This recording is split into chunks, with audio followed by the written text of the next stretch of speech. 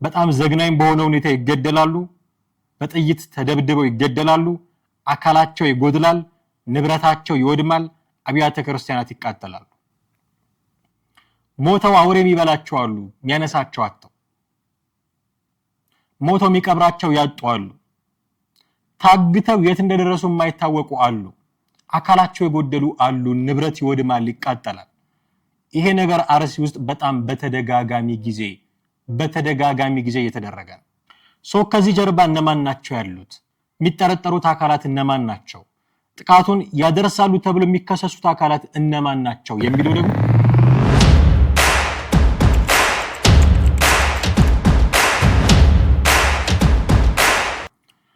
በአርሲ ዞን አሁንም ንጹሃን ይሞታሉ። እምነትን መሰረት ያደረጉ ጥቃቶች ይፈጸማሉ። በአርሲ ዞን ማቆሚያ ያጣ የንጹሃን ደም አሁንም ይጮሃል። ለዚህ ተጠያቂው ማን ነው? ለዚህ ኃላፊነቱን የሚወስደው ማን ነው? መፍትሄውስ ምንድነው? የመፍትሄ አካልስ ማን ነው? እስከ መቼ ነው ይሄ ነገር እንዲህ የሚቀጥለው? በጣም አንገብጋቢ ጥያቄ ነው። በቁጥር በርከት ያሉ ሰዎች እስካሁን ሞተዋል። ባለፉት ዓመታት የታገቱ ሰዎች ቁጥራቸው በጣም በርካታ ነው። አብያተ ክርስቲያናት በእሳት ተቃጥለዋል። ታሪካዊ የሆኑ ከመቶ በላይ ዓመት ያስቆጠሩ ረጅም ዕድሜ ያላቸው ትላንትና የሀገረ ስብከቱ ሊቀ ጳጳስ ዝርዝር መረጃ ሰጥተዋል። የሞቱትን ሰዎች ጭምር በስም ዝርዝር አጋርተዋል። የተቃጠሉ የቅዱስ ገብርኤል ቤተክርስቲያን መሆኑንም ይፋ አድርገዋል። ይሄ እስከ መቼ ነው የሚቀጥለው? በተለያዩ ጊዜያት ከቅርብ ዓመታት ወዲህ አርሲ ውስጥ ማንነትን መሰረት ያደረጉ ጥቃቶች እየተፈጸሙ ነው። እጅግ አሳዛኝ የሆኑ ጥልቅ የሰብአዊ መብት ጥሰት የሚታይባቸው በአገር ውስጥም በዓለም አቀፍ ደረጃም ከፍተኛ ውግዘትን የሚያስከትሉ ክስተቶች እየተፈጸሙ ነው አርሲ ውስጥ። ከዚህ ጀርባ ማን ነው ያለው? የጥቃቱስ ጠባዩ ባህሪው እንዴት ያለ ነው የሚለው መፈተሽ ያስፈልጋል። የጥቃቱ ባህሪ በዞኑ በተለያዩ ወረዳዎች በአርሲ ዞን በተለያዩ ወረዳዎች ለምሳሌ እንደ ሽርካ የሚባሉ አካባቢዎች፣ ቆሬ የሚባሉ አካባቢዎች፣ ደጁ የሚባሉ አካባቢ ጀጁ ነው ደጁ የሚባሉ አካባቢዎች በጣም በተደጋጋሚ ጥቃቶች ይከሰታሉ። በእነዚህ ጥቃቶች ምክንያት ንጹሃን ዜጎች በጣም ዘግናኝ በሆነ ሁኔታ ይገደላሉ፣ በጥይት ተደብድበው ይገደላሉ፣ አካላቸው ይጎድላል፣ ንብረታቸው ይወድማል፣ አብያተ ክርስቲያናት ይቃጠላሉ። እነዚህ ጥቃቶች አብዛኛውን ጊዜ ማህበረሰቡን ለይተው የሚያጠቁ ናቸው። በጣም አስደንጋጭና ጭካኔም ጭምር የተሞላባቸው ናቸው። ይሄ ጥቃቱ ባህሪ ነው፣ ተፈጥሮ ነው። እንዲህ ነው የሚያደርጉት። በተለያየ ጊዜ ሲመጡ በጣም ነውር የተሞላበት ጥቃት ነው የሚያደርሱት። በጣም ጭካኔ የተሞላበት ጥቃት ነው የሚያደርሱት። ኢሰብአዊ ድርጊቱ በጣም ዘግናኝ የሆነ ነው። አንዳንድ ጊዜ ሞተው አውሬ የሚበላቸው አሉ፣ የሚያነሳቸው አጥተው። ሞተው የሚቀብራቸው ያጡ አሉ። ታግተው የት እንደደረሱ የማይታወቁ አሉ። አካላቸው የጎደሉ አሉ። ንብረት ይወድማል፣ ይቃጠላል። ይሄ ነገር አርሲ ውስጥ በጣም በተደጋጋሚ ጊዜ እየተደረገ ነው። አሁን ጉዳዩን ለመድ ነው መሰለኝ። አርሲ ውስጥ እንዲህ ተደረገ ሲባል ደንገጥ የሚል ሰው እንኳን እያጣን ነው። በጣም በተደጋጋሚ ጊዜ ከመደረጉ የተነሳ የሰው ልጅ ናቹራሊ አይምሮ አዳፕቲቭ ነው፣ ይለማመዳል ነገሮች። ለዚህ ጥሩ ምሳሌ የሚሆነው የኮሮና ጊዜ ኢትዮጵያ ውስጥ የት ነው አንድ የጉዞ ታሪክ የነበረው ከጃፓን ነው ከምን መጣ የተባለ ሰውዬ ሲገኝ የነበረው ድንጋጤ የነበረው ኬዎስ ህዝቡ ሁሉ ፓኒክ ሲያደርግ ነበር እንደምታስታውሱት። ከዛ ቁጥሩ እየጨመረ ሲመጣ በሺዎች በ10,000 ምናምን ሲባል ግን ለመድ ነው እና በቃ መጨባበጡም ኖርማል ሆነ፣ ማስክ ማድረግ ኖርማል ሆነ። ሁሉ የሰው ልጅ ናቹራሊ ጭንቅላቱ አዳፕቲቭ ነው። የአርሲውም ጉዳይ እንደዚህ እንዳይሆን ይሰጋል። ተለመደ። ስንት ሰው ሞተ መባባል ደረጃ ደረስን። 10 ሰው በቃ ኖርማል ዛሬ እንደውም የተሻለ የሚባልበት ደረጃ እንዳይመጣ ያሰጋል። በጣም ተለመደ። የሚያስፈራ ነገር ተደጋጋሚ በሆነ ቁጥር ማስፈራቱ እየቀነሰ ይመጣል። የሚያስደነግጥ ነገር በጣም በተደጋጋሚ በተደረገ ቁጥር ማስደንገጡ ያልቃል፣ ማስደንገጥ ያቆማል። ይሄ ደግሞ በጣም አሳሳቢ ነው የሚሆነው። ሰው ካልፈራ ሰው ካልደነገጠ ሪያክት ለማድረግ ይቸገራል። አሁን መፍራት መደንገጥ ያቆምንበት ደረጃ ላይ እየደረስን ያለ ይመስለኛል። ነገሮቹ ግን በጣም አስደንጋጭ፣ በጣም ዘግናኝ፣ በጣም አስፈሪ የሆኑ ጥቃቶች ናቸው የሚደርሱት። ከዚህ ጀርባ እነማን ናቸው ያሉት? የሚጠረጠሩት አካላት እነማን ናቸው? ጥቃቱን ያደርሳሉ ተብሎ የሚከሰሱት አካላት እነማን ናቸው የሚለው ደግሞ ተከታዩ ጥያቄ ነው። መጀመሪያ የጥቃቱን ተፈጥሮ መለየት ያስፈልጋል። ለየን። አንዳንድ የማንነትን መሰረት ያደረጉ ናቸው፣ አንዳንድ ጊዜ በጣም ዘግናኝ ናቸው፣ በጣም ደግሞ ኢሰብአዊ ድርጊት የተሞላባቸው ናቸው፣ ዘንድ ተደጋጋሚ ናቸው። የሆነ ታይም ኢንተርቫል እየጠበቁ እየመጡ በተደጋጋሚ ጊዜ የሚያደርሱ ናቸው። ይሄ ነው የጥቃቱ ተፈጥሮ። ይሄንን የሚያደርሱት አካላት እነማን ናቸው የሚለው ተከታዩ ጥያቄ ነው። እነማን ናቸው የሚያደርሱት ይሄንን ነገር? አሁን እነከሌ ናቸው ብሎ ለማለት ይሄ የኔ ድርሻ የእናንተ ድርሻ አይደለም። የሚመለከተው አካል አለ ቦታው ድረስ ሄዶ አጥንቶ አጣርቶ እከሌ የሚባለው አካል ነው ይህንን ጥቃት ያደረሰው የሚል መረጃ እንዲሰጥ የሚጠበቅበት አካል አለ። በአካባቢው ያለ የጸጥታ አካል አለ። ይሄ የቤት ስራ ነው የሱ። በክልሉም በፌዴራል መንግስትም ደረጃ ያሉ የጸጥታ አካላት፣ ፖለቲካውንም የሚመሩ አካላት ይሄ የነሱ ድርሻ ነው። ማን ነው ይሄንን ነገር እያደረገ ያለው? አይደንቲፋይ ማድረግ ያስፈልጋል። እርምጃም ለመውሰድ እኮ ማን ነው ይሄንን ነገር እያደረገ ያለው የሚለው መታወቅ አለበት። የሚጠረጠሩ አካላት ግን አሉ። ከነዚህ ጥቃቶች ጀርባ የተለያዩ እጆች ሊኖሩ ይችላሉ ተብሎ የሚጠረጠሩ አሉ። ምናልባት በመንግስት የሚጠረጠሩ፣ በነዋሪዎች የሚጠረጠሩ፣ በሃይማኖት ተቋማት የሚጠረጠሩ፣ በገለልተኛ አካላት ሰብአዊ መብት ተሟጋቾች የሚሰነዘሩት ጥርጣሬዎችና ክሶች አሉ። ከዚህ ውጭ በጥቅሉ ሲታዩ የኦሮሞ ነጻነት ሰራዊት መንግስት ኦነግ ሸኔ እያለ የሚጠራው የመጀመሪያው ተጠያቂ ወይም ደግሞ ተጠርጣሪ ነው። የኢትዮጵያ መንግስት የደህንነት መዋቅሩ በአርሲ የሚፈጸሙትን አብዛኞቹን የዜጎች ግድያዎች በቀጥታ ከዚህ ቡድን ጋር ነው የሚያገናኘው። የተለያዩ መረጃዎችን ስታነቡ፣ ስታዩ፣ ስትሰሙ የምትገነዘቡት ይሄን ነው። ስለዚህ የኦሮሞ ነጻነት ሰራዊት ቀዳሚው ተጠርጣሪ ነው ማለት ነው። ቡድኑ በዚህ አካባቢ የሚንቀሳቀስ ስውር ሴሎች አሉት በሚል ይወነጀላል። ነገር ግን የታጣቂ ቡድኑ አመራሮች በበኩላቸው በንጹሃን ላይ የሚፈጸሙ ጥቃቶችን በተደጋጋሚ ሲያስተባብሉ ይሰማሉ። እኛ የለንበትም በሚል መንግስት ራሱ የፈጠራቸው ቡድኖች ናቸው እንዲህ የሚያደርጉት የሚል ክስ ያቀርባሉ የኦሮሞ ነጻነት ሰራዊት ሰዎች። መንግስት ደግሞ የለም የኦሮሞ ነጻነት ሰራዊት ሰዎች ናቸው እነዚህን ነገሮች የሚያደርሱት ጥቃት የሚያደርሱት ብሎ ይከሳል። ስለዚህ የመጀመሪያ ተጠርጣሪ ተጠያቂ የኦሮሞ ነጻነት ሰራዊት ነው ማለት ነው። ከዚህ ውጪ ጽንፈኛ ናቸው የሚባሉ የብሔርና የሃይማኖት ኃይሎች አሉ ተብሎ ደግሞ የሚጠረጠሩ አሉ። ምክንያቱም አንዳንድ ጊዜ ጥቃቱ ሃይማኖትን የለየ ብሔርን የለየ ይሆንና እንዲህ አይነት ጉዳዮችን የሚያራምዱ ሰዎች ተጠያቂ ሆነው ሲመጡ ልናይ እንችላለን። አንዳንድ የሰብአዊ መብት ድርጅቶች እንደሚገልጹት ጥቃቶቹ የተደራጁና የአካባቢውን ዴሞግራፊ ያጠኑ፣ የአካባቢውን ስነ ህዝብ ያጠኑ፣ ስብጥሩን ለመቀየር የሚደረግ እንቅስቃሴ ነው ብለው የሚደመድሙ ሰዎች አሉ።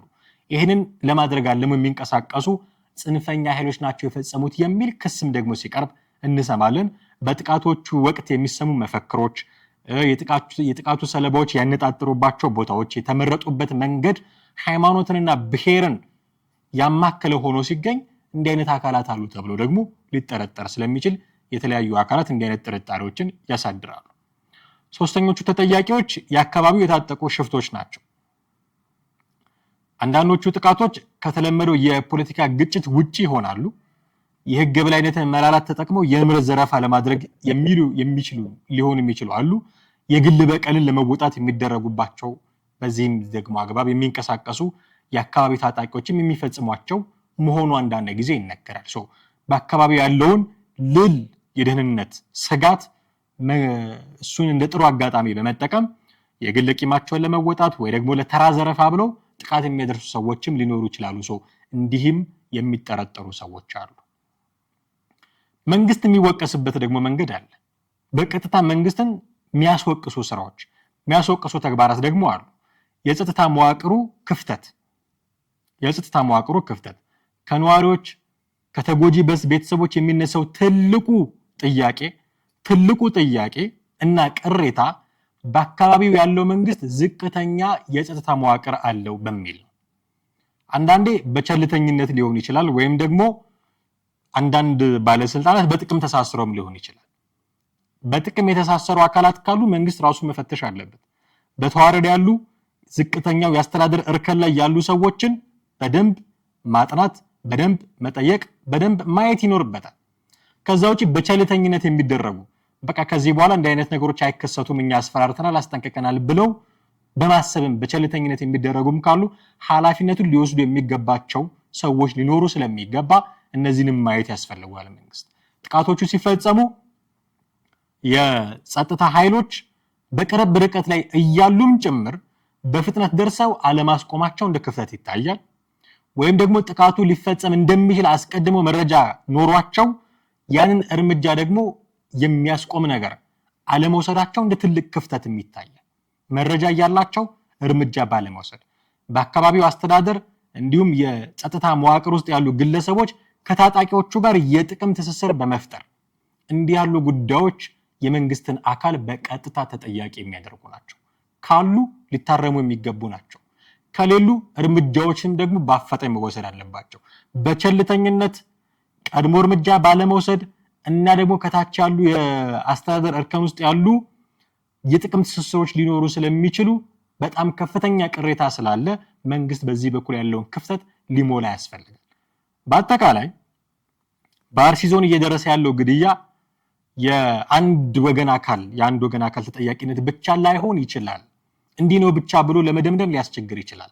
ክስተቱ በክልሉ የሚንቀሳቀሱ በአካባቢው የሚንቀሳቀሱ የታጠቁ አማጽያን የፖለቲካ ስትራቴጂ፣ የጽንፈኛ ኃይሎች እንቅስቃሴ፣ አንዳንድ ዳተኝነት፣ ቸልተኝነት የሚያጠቃቸው የመንግስት የታችኛው እርከን አስተዳደር አካላት ቸልተኝነትም ጭምር ያመጣው ስለሆነ እከሌ ብቻ ነው ተጠያቂ ማለት አይቻልም። ሁሉም የየራሱን የቤት ስራ መውሰድ አለበት። አለዛ በጣም አስቸጋሪ ነው የሚሆነው። ምን ማድረግ ይቻላል? እንዴት ባለ መንገድ ይህንን ነገር ማስቆም ይቻላል የሚለው ደግሞ በጣም ወሳኙ ጉዳይ ነው። ከዚህ በኋላ አንድም ሰው እዚህ አካባቢ እንዳይሞት፣ እዛ ብቻ አይደለም ሌላም ቦታ አንድም ሰው እንዳይሞት ምንድነው መደረግ ያለበት? ሁልጊዜ ዜና ይሰራል፣ ይነገራል። ሁልጊዜ ቅሬታዎች ይሰማሉ። አንድ ሳምንት 2 ሳምንት ይቆያል። ከዛ ነገሩ ይረግባል። ምንድነው በዘላቂነት መደረግ ያለበት? በዘላቂነት የሚደረግ ነገር ከሌለ ጉዳዩ ዛሬ አለቀስን ከ2 ከ3 ወር በኋላ መልሰን ላለማልቀሳችን እርግጠኞች አይደለም። ስለዚህ ምንድነው መፍትሄው? ምንድነው መደረግ ያለበት?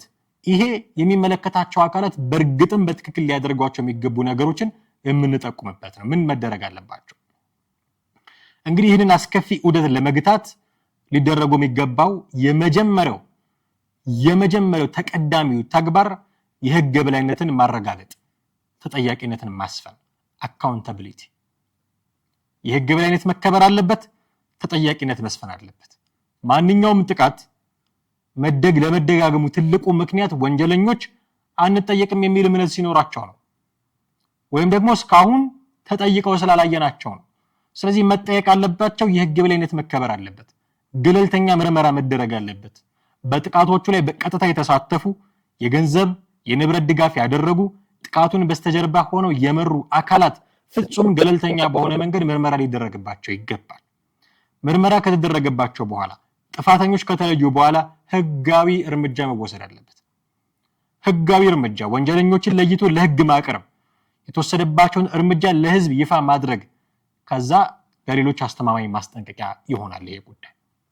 ስለዚህ የመጀመሪያው ሊታለፍ የማይገባው ጉዳይ የህግ የበላይነትና ተጠያቂነትን ማረጋገጥ ያስፈልጋል።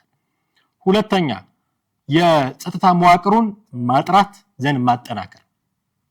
የሴኩሪቲ ሴክተር ሪፎርም ያስፈልገዋል። ጥቃቱ በሚፈጸምበት ወቅት የመንግስት የጸጥታ አካላት በፍጥነት አለመድረሳቸው ቸልተኝነት ነው። ይሄ ደግሞ ሊታረም የሚገባ ጉዳይ ነው። ሪፎርም ይፈልጋል። መዋቅሩን ከፖለቲካ ከብሔር ወገንተኝነት ማጽዳት ሊያስፈልግ ይችላል። ምክንያቱም እንዲህ አይነት ወገንተኝነት ካለ በአካባቢው ያሉ የጸጥታ ኃይሎች፣ ፖሊስ፣ ምናልባት ሚሊሻ ለአንድ ወገን ሊያደሉ ይችላሉ። ለአጥቂዎች ወደ ወገን ካደሉ አስቸጋሪ ሁኔታዎች ሊፈጠሩ ይችላሉ። ስለዚህ ለህግ እና ለህዝብ ደህንነት ብቻ የሚታመኑ መሆናቸውን ማረጋገጥ ያስፈልጋል። እንዲህ አይነት ሪፎርም ያስፈልጋል። ከዛ አስቀድሞ የመከላከል አቅምን ደግሞ መገንባት ያስፈልጋል። ይሄ early warning ሲስተማቸውን ማጠናከር አለባቸው። የደህንነት መዋቅሩ ጥቃቶች ከመከሰታቸው በፊት መረጃዎችን ማነፍነፍ የሚችል መሆን አለበት። መረጃዎችን አሰባስቦ የመከላከል እርምጃ እንዴት መውሰድ እንዳለበት አይቶ ንጹሃንን የማስጠለል ካደጋ የመጠበቅ ብቃት ሊኖረው ያስፈልጋል። ይሄን አቅሙን ማጠናከር ያስፈልጋል። ከዛ ውጪ ሌሎች ልናደርጋቸው የምንችላቸው ነገሮች ምንድናቸው? የሃይማኖት ወይ ደግሞ የሀገር በቀል መሪዎችን ሚና ደግሞ ማሳደግ ያስፈልጋል። ምናልባት ታሪካዊ የሆነ የህዝብ ለህዝብ ትስስር፣ የመቻቻል ስሜት ያንን ለመመለስ ለማምጣት የሃይማኖት አባቶች፣ የሀገር ሽማግሌዎች ግንባር ቀደም ሚና እንዲጫወቱ ይጠበቃል። የጋራ የውይይት መድረኮችንም ማዘጋጀት ያስፈልጋል። በውይይት ብቻ ግን የሚፈታ አይደለም ነገሩ። የመንግስት ጣልቃ ገብነት ይፈልጋል፣ እርምጃዎችን መውሰድ ይፈልጋል። ግን እንዲህ አይነት ጉዳዮች ደግሞ በኃይል ብቻ ሳይሆኑ ይሄ ቴንስ የሆነው ነገር ማለስለስ ስለሚያስፈልግ ውይይቶችን ደግሞ ማድረግ ሊያስፈልግ ይችላል። አካባቢ ላይ ያሉ ተጠቂዎችን እና እዛ አካባቢ ደግሞ ያሉ ሌሎች ከጥቃት ስጋት ነፃ የሆኑ ሰዎች ካሉ በመካከላቸው ቁርሾ እንዳይኖር፣ ቂም ማርገዝ እንዳይኖር እነዚህን ቴንስ የሆኑ ጉዳዮች ለማርገብ ውይይቶች ያስፈልጋሉ።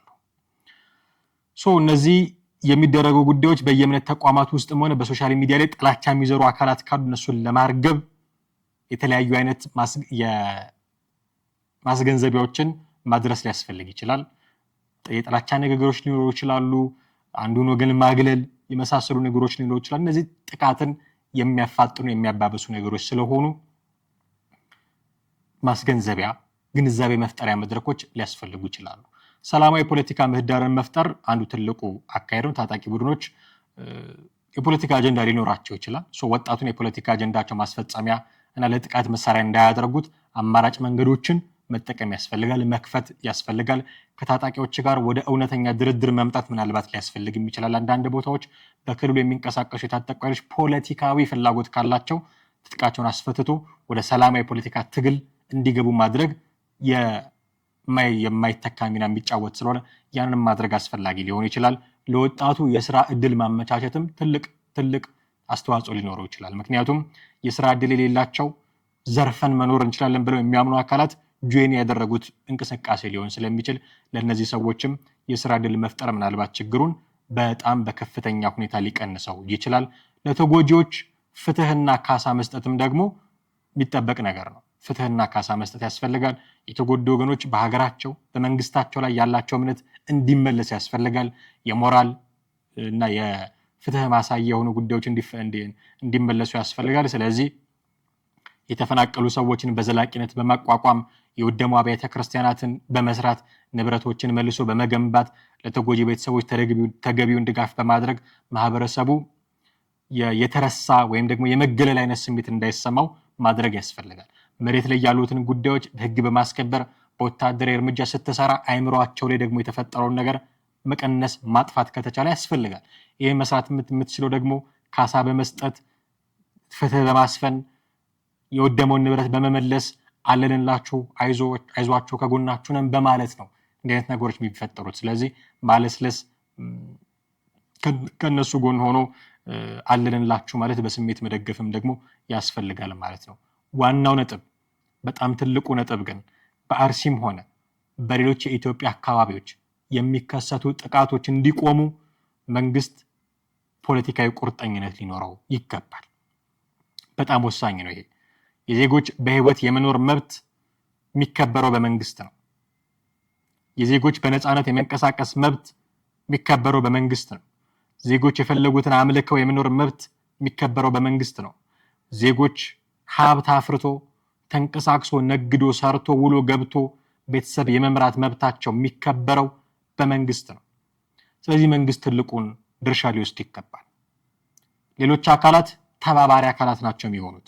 መተባበር አለብን። ሌሎቻችን እንዲህ አይነት ጉዳዮች ሲፈጠሩ ምናልባት መረጃ በመስጠት ምናልባት የተለያዩ ጥቆማዎችን በማድረግ ከመንግስት አካላት ጋር ልንተባበር እንችላለን። ግዴታችን ነው፣ መተባበር አለብን። ትልቁ ድርሻ ግን የመንግስት ነው። እነዚህ ታጣቂ ኃይሎች ከዚህ በኋላ ጥቃት እንዳያደርሱ አድርጎ ማምከን የመንግስት ስራ ነው። እሺ ካሉ በሰላም እምቢ ካሉ በወታደራዊ እርምጃ እነዚህን ሰዎች ጸጥ ማድረግ የመንግስት እርምጃ ነው። የመንግስት ትልቁ እርምጃ ነው። አለዛ እዛ አካባቢ ያሉ ሰዎች ይሄን ለማድረግ አቅም የላቸውም ከማልቀስ ድረሱልን ብለው ከመጮህ ወይኔ ከማለት ውጪ አቅም የላቸውም። ይሄ አቅም ያለው መንግስት ብቻ ነው።